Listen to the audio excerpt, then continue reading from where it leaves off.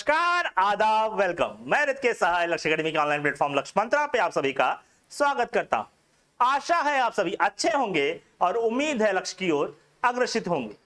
लक्ष्य मंत्रा का ये पार्ट मैं लेके आया हूं करंट अफेयर्स के सेक्शन में, जीके के सेक्शन में। जी हां, एक क्वेश्चन मुख्यालय से और उसके स्थापना वर्ष से आता ही आता है और आज चर्चा करेंगे कुछ प्रमुख मुख्यालयों पे। ये पूरा पार्ट दो भागों में मैं प्रस्तुत करूंगा। उसका पहला पार्ट आज लेके प्रस्तुत हूं। शुरुआत करते हैं, कॉपी पेन लेके बैठ जाइए। तो शुरू करते हैं मुख्यालय का पार्ट पहला। इंटरपोल है ना। इंटरपोल मतलब आपराधिक पुलिस संगठन। जी हां, अंतरराष्ट्रीय आपराधिक पुलिस संगठन को ही इंटरपोल कहा जाता है।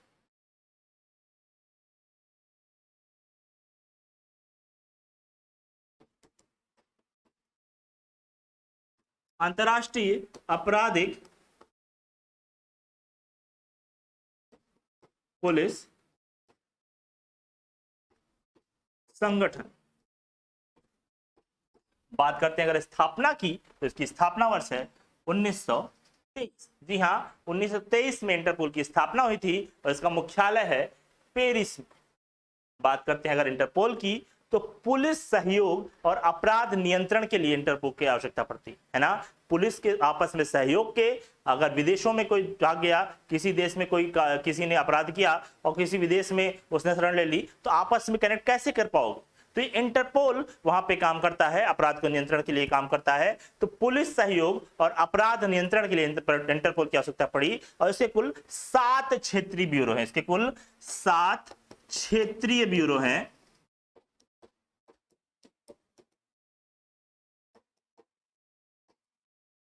सात क्षेत्रीय ब्यूरो हैं। और भारत की अगर बात करें तो भारत 1949 में, जी हां, भारत 1949 में इंटरपोल का सदस्य बना। और इंटरपोल जो है भारत में सदस्य बना और कुल 194, कुल कितने 194 सदस्य वर्तमान में इंटरपोल के हैं।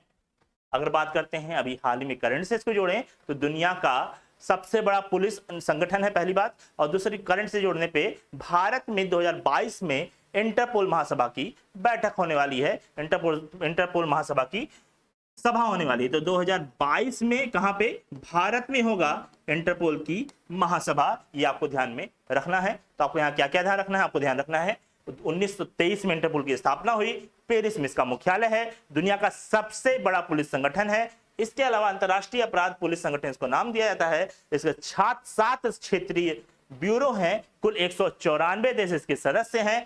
और भारत 1949 में इसका सदस्य बना और 2022 में भारत में इसकी महासभा होनी है।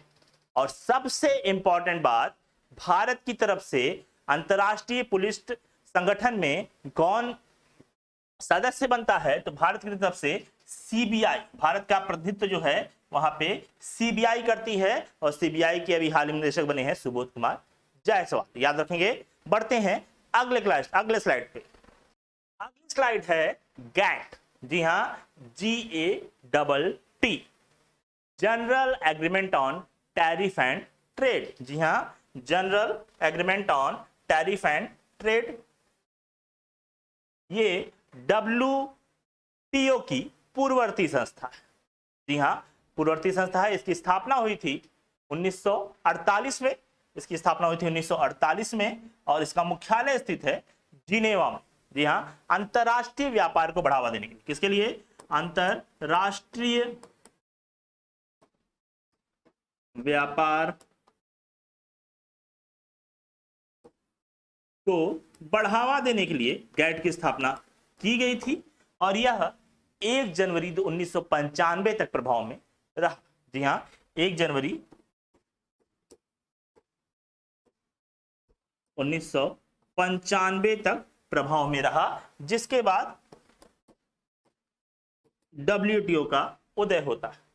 एक जिनेवा स्विट्जरलैंड में एक संधि होती है और उस संधि का नाम था मार्केस संधि। उस संधि का नाम था मार्केस संधि। तो आपको याद रखना है, गैट का फुल फॉर्म होता है, ये पूर्ववर्ती संस्था है WTO की, और इसका फुल फॉर्म होता है general agreement on tariff and trades, अंतरराष्ट्रीय व्यापार को बढ़ाने के लिए इसकी शुरुआत की गई थी। पढ़ते हैं गैट की बाद अब आएगा आपका WTO।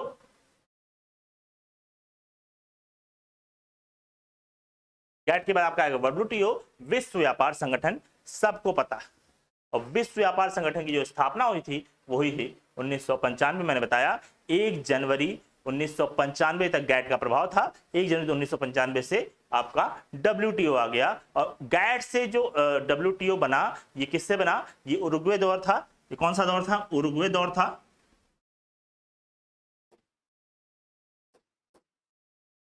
उरुग्वे दौर था। और उसी दौर में एक संधि हुई थी, मार्केस संधि, जिसके अंतर्गत ये अपडेट किया गया, ये अपग्रेड किया गया। क्या कारण था? देखिए, समय समय पर परिवर्तन नियम है। अब गैट में केवल हम वस्तुओं का व्यापार कर सकते थे, वस्तुओं के व्यापार संबंधी नियम कानून बनाए गए थे। लेकिन अब गैट के बाद जो आपका WTO आ गया, तो WTO में चीजें बढ़ गई। देखेंगे एक स्लाइड के हिसाब से देखेंगे तो जब गैट की बात थी तो केवल क्या था? वस्तु था। इसमें केवल वस्तुओं के विनिमय की बात थी और कोई बातें नहीं थी। लेकिन अगर WTO की बात करें तो देखें, इसमें वस्तु भी है। इसमें क्या है? इसमें वस्तु भी आपका आ जाता है, इसमें आपका सेवा भी आ जाता है, इसमें आपकी इंटेलेक्चुअल प्रॉपर्टी, बौद्धिक संपदाएं जो है उनका भी व्यापार किया करने की बात की जाती है, उनके भी व्यापार होते हैं। उसके अलावा आप यहाँ पे व्यापार चिन्हों की बात करें, व्यापार चिन्ह का भी जो व्यापार की बातें, नियम कानून है, उनके जो नियामक बनाने हैं वो भी इसमें भी आते हैं। डिजाइन जो है, डिजाइन, तो इसकी जो लिमिट है WTO की वो गैट की अपेक्षा बहुत अधिक है। और परिवर्तन के हिसाब से, समय के हिसाब से परिवर्तन आवश्यक है। तो ये मुख्य अंतर है दोनों के बीच में, गैट और WTO की। WTO की बात हो रही है, मैंने बताया जिनेवा में इसका मुख्यालय है और 1995 में इसकी स्थापना हुई थी। उसके साथ अगर करंट से जोड़ते हैं तो एंगोजी ओंगोजो इवेला, जी हां, एंगोजी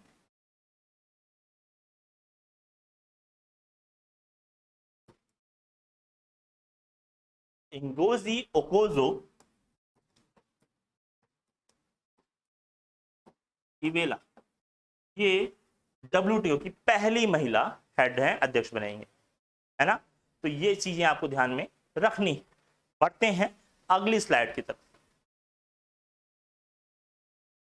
एशियाई विकास बैंक, जी हां, एशियन डेवलपमेंट बैंक। जिस प्रकार वर्ल्ड बैंक विश्व भर की संस्थाओं को लोन प्रोवाइड कराता है, विश्व भर की संस्थाओं की व्यावसायिक आर्थिक गतिविधियों पे ध्यान देता है, उसी प्रकार एशिया के विकास के लिए, जी हां, एशिया के विकास के लिए ये बनाया गया एशियाई विकास बैंक। एशियाई विकास बैंक की स्थापना की बात करें तो इसकी स्थापना हुई थी 1966 में और मनीला, फिलीपींस में इसका हेडक्वार्टर स्थित है।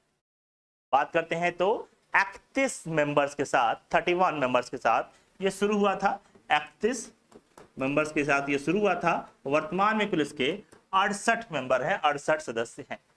एशियाई देशों के आर्थिक विकास हेतु यह आसान करता है। क्या करता है? एशियाई देशों के आर्थिक विकास को ये आसान करता है। जो एशियाई देश हैं उनके आर्थिक विकास को आसान करता है। अच्छा, आपको बताया मैंने कुल 31 मेंबर से स्टार्ट हुआ था और वर्तमान में इसके कुल 68 सदस्य हैं। इसके साथ ही आपको ये भी जानना चाहिए कुल वर्ल्ड बैंक के हिसाब से ही ये कार्य करता है। जिस प्रकार से वर्ल्ड बैंक विश्व भर के लिए कार्य करता है, इसलिए एशिया के लिए कार्य करता है। मुख्य रूप से जो इसकी पूंजी है, जो इसमें शेयरर है, वो कौन कौन से देश हैं तो देखेंगे। जापान, कौन से देश हैं? जापान और USA, ये दोनों देशों के मिश्रित रूप से 15.6% की सहभागिता है। 15.6% जापान का है और 15.6% अमेरिका का। अगर बात करते हैं आगे तो चाइना का 6.4%, चाइना का 6.4% की सहभागिता है। अगर बात करें अपने इंडिया की, अगर बात करते हैं अपने इंडिया की तो इंडिया है 6.3%। और ऑस्ट्रेलिया,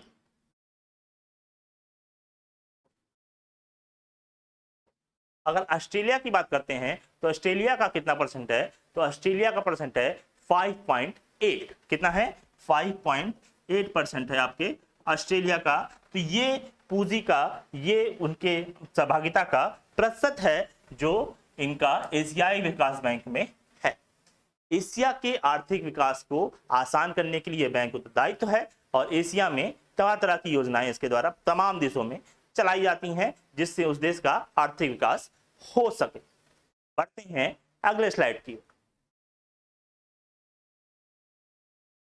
तो बात करते हैं दक्षिण पूर्वी एशियाई राष्ट्रों का संघ, जिसको बोलते हैं हम एशियन। क्या बोलते हैं? एशियन बोलते हैं। और इसका प्रमुख उद्देश्य क्या होता है? इसका प्रमुख उद्देश्य होता है इन देशों के बीच आर्थिक विकास, समृद्धि और शांति स्थापित करना। क्या क्या? आर्थिक विकास,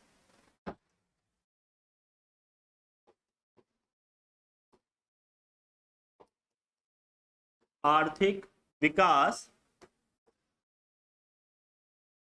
समृद्धि और शांति स्थापित करना।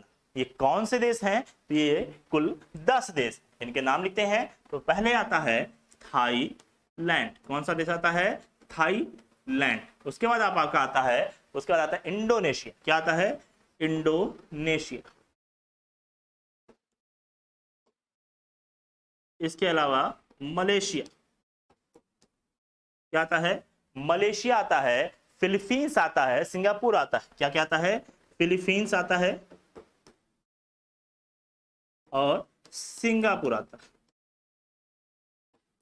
इसके बाद आप नोट करेंगे ब्रुनेई, वियतनाम और लाओस के नाम। ब्रुनेई,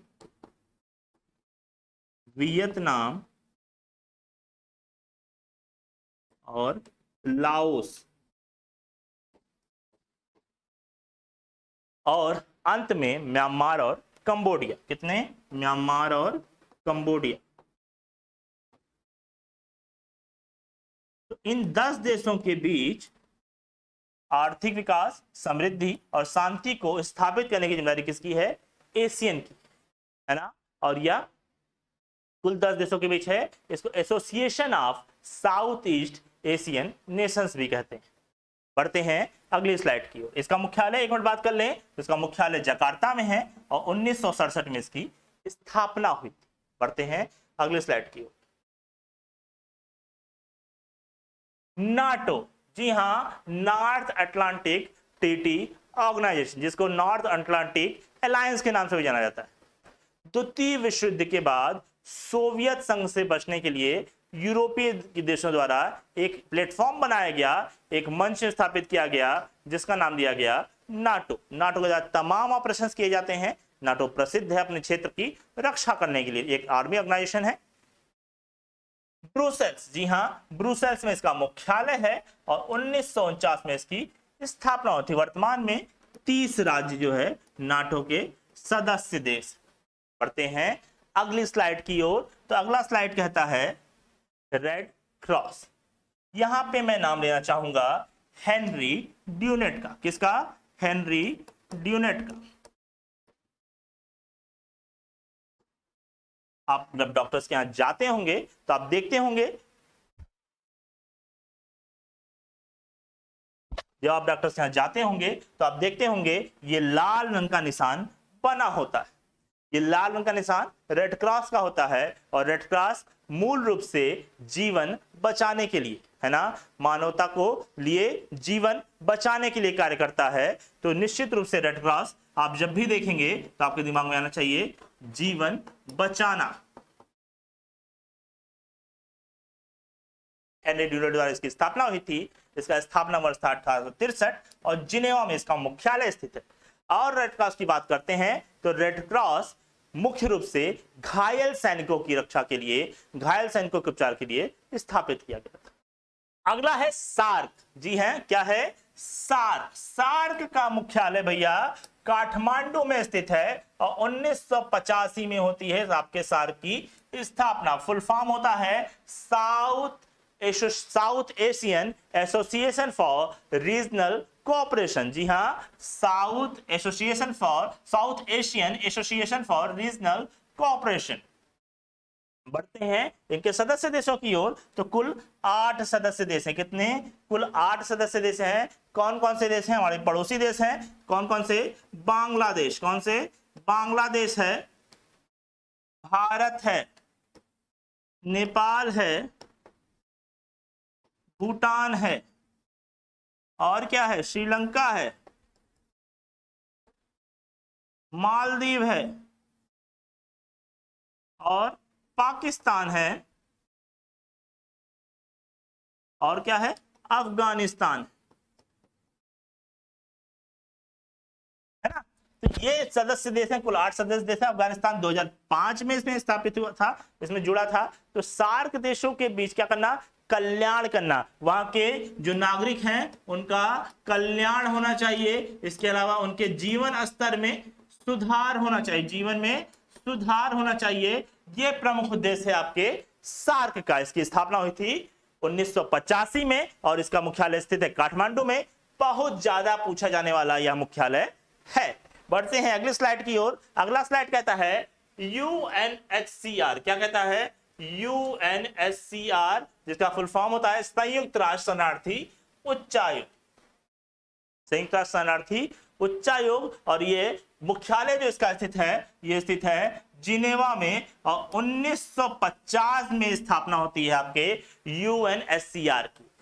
नाम से क्लियर है, शरणार्थियों के लिए बनाया गया। किसके लिए? शरणार्थियों के लिए बनाया गया है। जैसे अभी हम हाल ही में चर्चा करते हैं तो चाइना में उबेर मुस्लिम है, हमारे यहाँ रोहिंग्या मुस्लिम है, बांग्लादेश में रोहिंग्या मुस्लिम है। ये शरणार्थी तो है ना, ये अपने देश को छोड़ के आए हैं। तो मूलभूत क्या है इसका? जो इसको बनाने का उद्देश्य था वो था इनके जीवन को बचाना। किस प्रकार से? जो भी मूलभूत आवश्यकता होती है एक व्यक्ति को जीवन के लिए, वो सभी आवश्यकताओं को पूर्ति कौन करता है? यूएनएचसीआर करता है। तो शरणार्थियों को जीवन बचाने का मूलभूत कार्य करता है। अगर जीवन बच गया फिर क्या करना? उनके अधिकारों की रक्षा करना। एक देश के द्वारा अपने यहाँ शरणार्थियों के कौन से अधिकार दिए जाते हैं उनकी रक्षा करना, यह उसका परम कर्तव्य है। और जीवन बच गया और मूलभूत आवश्यकता बन गई, अधिकारों की रक्षा हो गई, तो फिर बात क्या करना? उनके बेहतर भविष्य का निर्माण, उनके बेहतर भविष्य का निर्माण हो सके, इसके लिए कौन संस्था जिम्मेदार है? तो यह है यूएनएचसीआर। देखो भाई, शरणार्थी है, क्या परिस्थितियां हैं ये तो वो जानेगा, किंतु उसका जीवन महत्वपूर्ण है, जीवन बहुत मुश्किल से मिलता है, तो उसको सजोना बहुत आवश्यक है। शरणार्थी की तरह ही जिएगा, लेकिन जीवन उसका बचना चाहिए, उसको उसके अधिकार मिलने चाहिए और बेहतर भविष्य का निर्माण उसके होना चाहिए। बात कर लें तो जिनेवा में इसका मुख्यालय है और 1950 में इसकी स्थापना हुई थी। इसी तरीके से मेहनत करते रहिएगा, हिम्मत बनाए रखिएगा, बस कुछ कदम दूर हैं आप लोग अपनी मंजिल से। आज की वीडियो में इतना ही। नेक्स्ट वीडियो में अन्य मुख्यालयों पर भी चर्चा करेंगे। तब तक के लिए धन्यवाद। जय हिंद।